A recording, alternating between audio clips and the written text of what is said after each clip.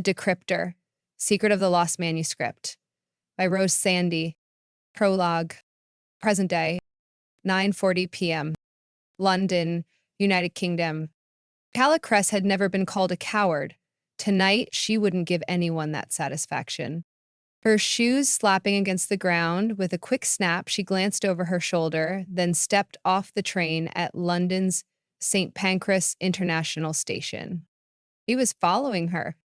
His gaze burned like a hot brand on her back.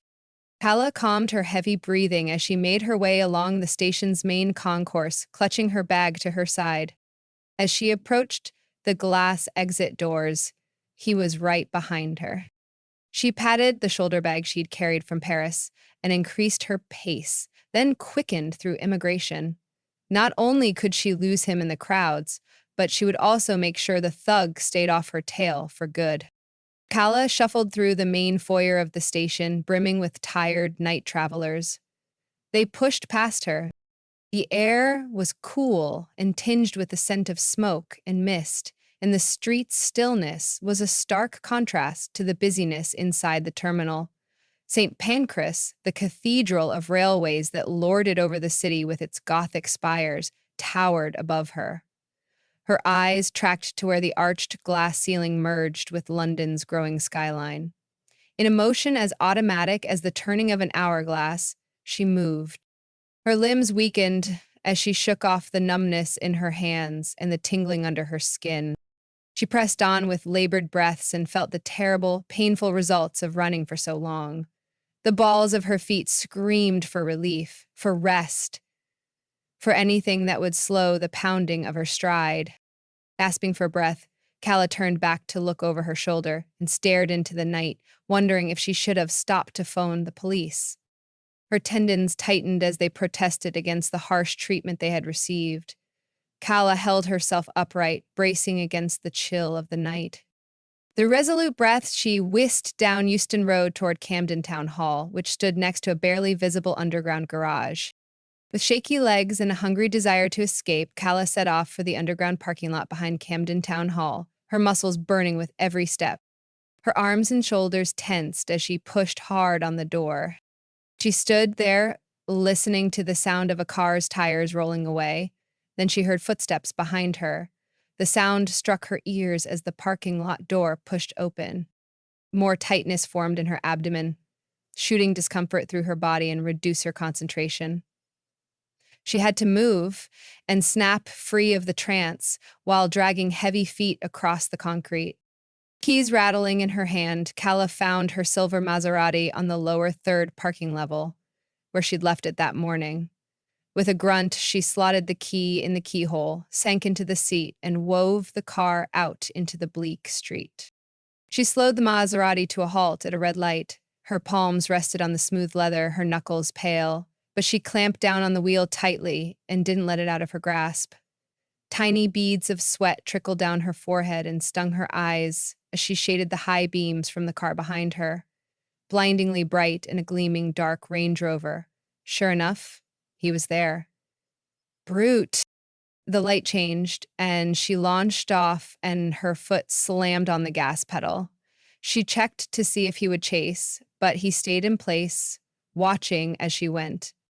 Then he made a beeline for her rear bumper. She swerved around a white Toyota, and the Maserati picked up speed, starting a 60-mile-per-hour run through London's tight streets. Her heart thundered in her chest as she maneuvered in and out of traffic. She could hear the squeal of his tires as he steered his vehicle behind hers. The car shot forward down Park Lane after she slammed the pedal to the floor. She checked the mirror and saw his headlights drawing closer. His determination made her nervous. Fifth gear looked good right about now. She ramped up the engine, and the sports car wound through medieval streets, testing its motor limits as she took to the city's eastern section. The Maserati gunned down an empty road. Soon, the ancient Roman city wall loomed ahead in the haze of the distant landscape, its curved edges and straight lines visible. Hands trembling, she slammed the accelerator. Her tires smoked. She fed more gas to the engine, and the needle of the speedometer crept past 70 miles per hour. When she'd peeled off into a one-way street, Calla rechecked her rearview mirror, then swung into Bishopsgate's banking district toward Monument. The Range Rover clung to her tail. Eyes ahead, she sped toward London Bridge that spanned the River Thames. Calla clenched her jaw and forced her gaze on the road, trying not to look at the black hulk that followed behind. This was the only place she could lose him. What did he want? A hiss left her lips. Calla whizzed across the box girder structure, high above the river, reflecting the capital city's lights below. The Thames flowed fast in the rain, a massive stream of life snaking through the city of London. She twisted the wheel and roared onto South Bank. The river was a deep black as she curved into a deserted street behind a line of dated warehouses along the Thames. Sure that she'd broken the speed limit and half a dozen traffic laws, Calla winced. She couldn't think about it as the Range Rover surged forward, driving her out of the intersection closer to the scattered office buildings. Her eyes locked with a startled man pushing a stroller across the road and a woman leading a toddler by the hand. Her fist slammed against the horn. She hit the brakes. The family stood frozen in front of her sports car, and the decision sent her car spinning several times. Calla's vision turned to streaks of bright light and dark shapes. She couldn't hear the engine roar any longer, but a ringing in her ears that pulsed in time with her heartbeat. Her pulse throbbed below her lip and behind her eyes. Though she hadn't thought it possible, Calla was even more terrified than before. A stench of burning rubber stole past her nostrils as her tires squealed a shrill terror and the vehicle came to a quick halt, meters from the towering Shard skyscraper. Her gaze flicked to the rearview mirror and she lifted her head high, then turned off her engine as the bewildered family hastened toward London Bridge station. The Shard loomed above the streets of London like a glowing white pyramid whose peak cast a cone of light in the thick London fog. Calla squinted toward it, her ears ringing. Where was he? The sidewalks and roads were not busy, and as she waited, the seconds ticked by. The drone of a hungry vehicle throbbed in her veins as the Range Rover revved its engine. A moment later, the headlights of the steel beast dimmed. Calla bit her lip.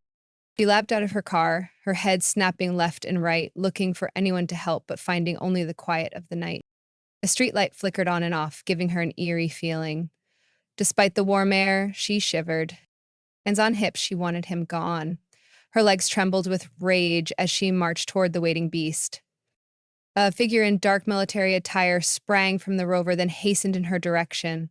Her pulse pounded in her ears, and she stopped in the middle of the street, feeling alone and exposed. She watched him step closer. His build was large, and his face hid in the shadows.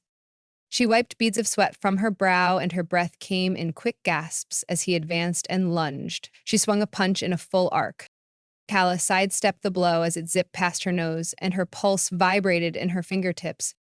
He struck again. She couldn't move fast enough. The brusque strike slammed into a shoulder blade. Off balance, her feet tangled, and she collapsed backward. Her eyes closed instinctively as she fell, and she braced herself for the concrete that would collide with her back. She rolled with the blow so that the pavement wouldn't knock the wind out of her. When she sprang up again and took a moment to regain her bearings, she coughed and spat blood onto the gravel. It splattered like raindrops onto the oil-stained concrete. He grunted at her. She wasn't done. Her fist caught him in the jaw, and he crashed to the ground, opening a 1-centimeter gash on his chin. He lay still, unconscious, for a few seconds. She waited for him to open his eyes, but he lay still on his side. Her shoulder still burned from his blow, a strike that had forced an acidic taste in her mouth. She wiped trickling blood from her jawline. Though the wound stung like fire, she eyed him without blinking. "What the heck do you want?" Silence. "I don't have it," she said. He regained consciousness and stared at her. Her eyes darted to the side. He stirred, then shot up. She froze. Eyes on her, he kept closing the distance between them. Calla reached behind her back and pulled a strap, the one that secured the backpack, toward her waist so he could see it. Her other hand stretched for the side of his neck. He caught it midair and gripped it in a lock as his other grip snatched the bag strapped around her waist. His eyes locked on the harness before he reached for the bag. The manuscript was secured within, and her mind raced as she tried to think of a way to make him let go. She screamed, "Stop! Give that back!" He bolted toward the shard's entrance with bag in hand and shot inside Europe's tallest building.